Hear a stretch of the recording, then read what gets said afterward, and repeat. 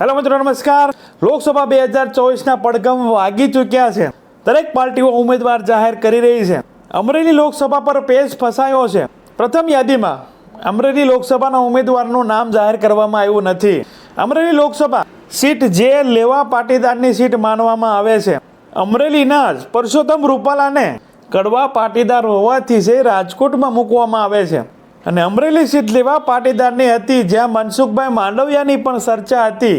તો દિલીપ સંઘાણીએ મીડિયા સમક્ષ કહ્યું કે મનસુખભાઈ માંડવિયાનો હક ભાવનગરમાં લાગે છે, તો મનસુખભાઈ માંડવિયાને પણ ત્યાં મૂકવામાં આવતા નથી. તો હવે અમરેલી સીટ પર સ્થાનિક ઉમેદવારને ઉતારવામાં આવશે, કન્ફર્મ માનવામાં આવી રહ્યું છે. હવે સ્થાનિકમાં છે ટિકિટની છે ખેંચતાણ થઈ રહી છે.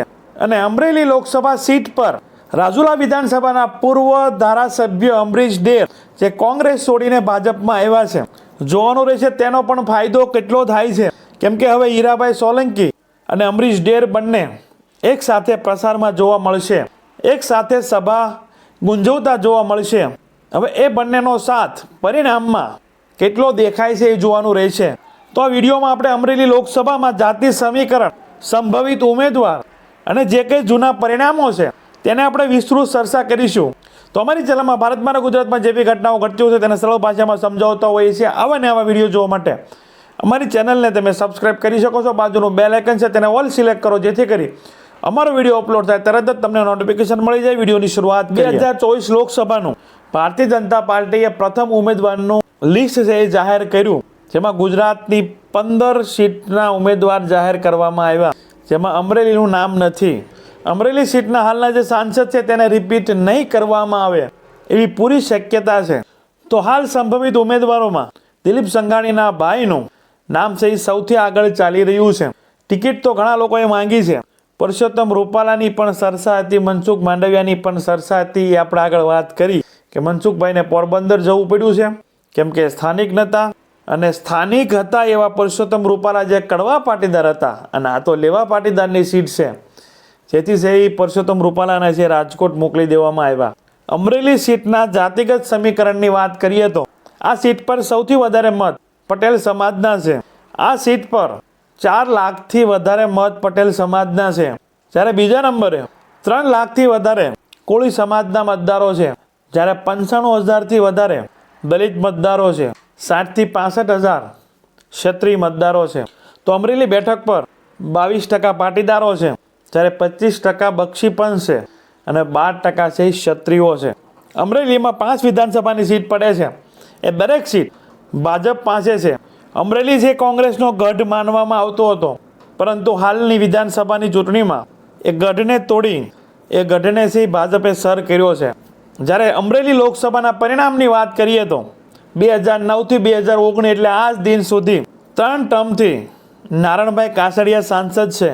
હાલ તેને રિપીટ નહીં જ કરવામાં આવે એવું માનવામાં આવી રહ્યું છે. સ્થાનિક કોઈ નવા ઉમેદવારને ટિકિટ આપવામાં આવશે.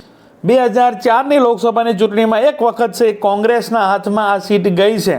વિરજી ઠુંબર જે સાંસદ બન્યા હતા એ પહેલાં 4 ટર્મ 1991થી 1999 સુધી દિલીપ સંઘાણી છે એ સાંસદ રહ્યા હતા.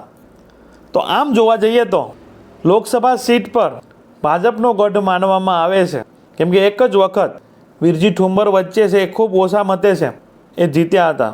તો હાલ 2024માં સંભવિત ઉમેદવારમાં સૌથી આગળ દિલીપ સંઘાણીના ભાઈ મુકેશ સંઘાણી છે એ માનવામાં આવી રહ્યા છે.